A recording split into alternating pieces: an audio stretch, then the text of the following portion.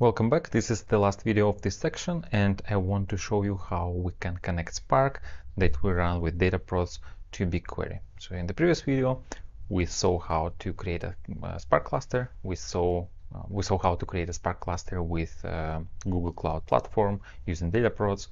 We were able to create a cluster, submit a job, and then see the results in Google Cloud Storage. But this is not always convenient. Sometimes we want to write directly to BigQuery, to our data warehouse. So in this video, we will see how to do that. And for that, I found a link, this one, that talks about connector to Spark, talks about connecting Spark to BigQuery. We will use that example. So this is the code I found. So I will put the link. Actually, I have this cloudmd file. This is all the commands I executed, so I will put the link there as well. In this document, in this page, we see this last line, saving the results to BigQuery. So let me show you how we do this right now. So here we just do data frame results, write to Parquet, and now we need to replace it with this line. So let me create a copy. I will call it BigQuery. Output, we still want to configure this output, but it will be different. So it will be allocation in BigQuery. And we don't need coalesce here.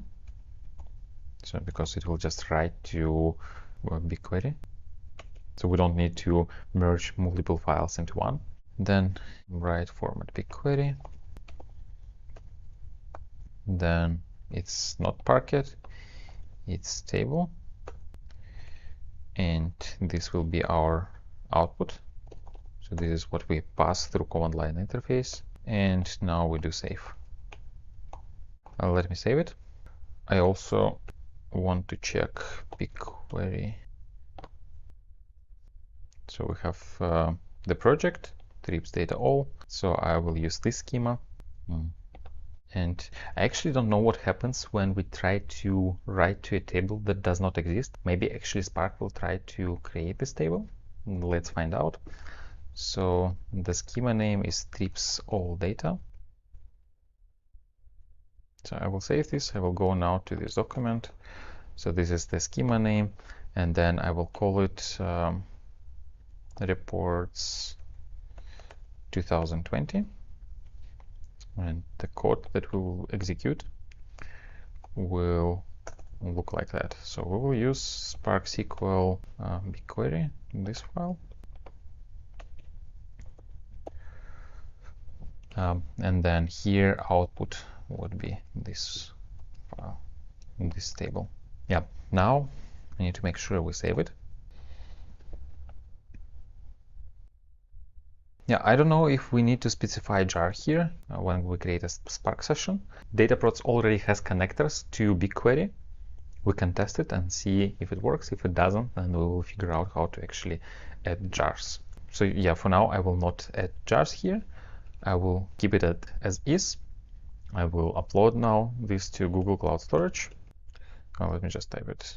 Google JSUtil CP, then it's this file, and I want to upload this to this location.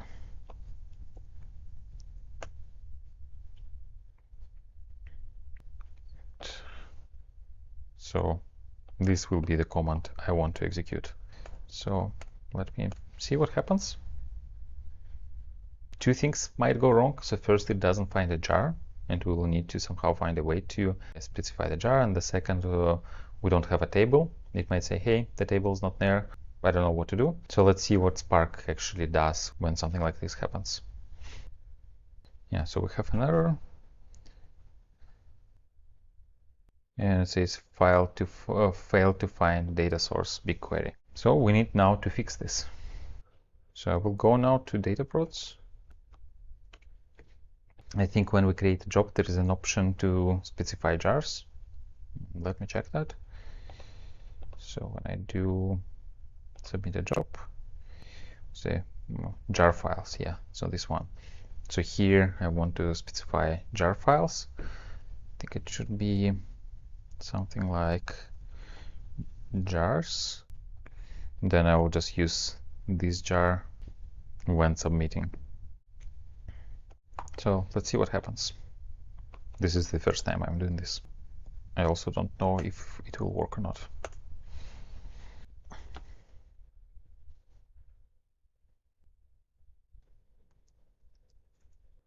Okay, so logs are available here. Let's check them.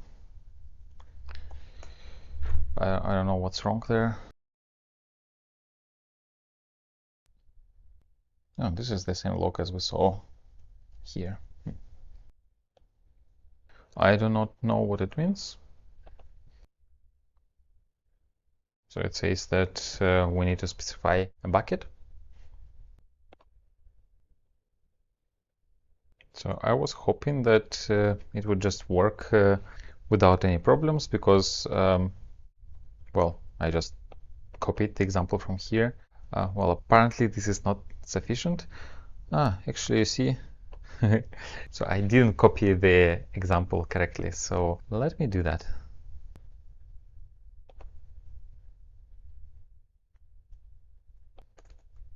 So temporary GCS bucket, and for this bucket, I don't know if, I think when we create a cluster, it creates some temporary buckets. So I think we can use one of them. Cloud storage. Yeah, so you see this, it created actually a bucket like that. So you can just use that. Dataproc temp Europe West, blah, blah, blah. So I save it now. I need to re-upload this to Google Cloud Storage again. And now let's execute this one more time. So I'm really wondering what happens when it finds out that the table does not exist. I'm afraid now it will say, hey, create a table first. Okay, so what I see is promising. So it says successfully repaired something, submit a job. So probably it actually created a table. So let's see. So I'm in BigQuery right now, reloading it. Yeah, this is pretty cool. So let me see what is actually there. And I see some data. That's pretty cool. So this is how you connect from dataproc to a BigQuery. Now I also know that. Actually, this was the first time I was doing that. Hopefully it will be useful for you. I don't know when you will be able to see this video, maybe after you already finish the project. But anyways, you can come back to this and rewatch this, and that will be probably useful. And with that, I want to conclude the section we had about running Spark in the cloud. So in this section, we talked about connecting to Google Cloud Storage if you're running things locally or not in dataproc. But then we also talked about creating a dataproc cluster, which is a managed Spark cluster in Google Cloud Platform. And then we saw how to run jobs with this and how to write data to BigQuery. That's all I have for this section. And hopefully soon I will start working on another section, which is Spark and Docker. For now, that's all from me, and see you soon. Bye.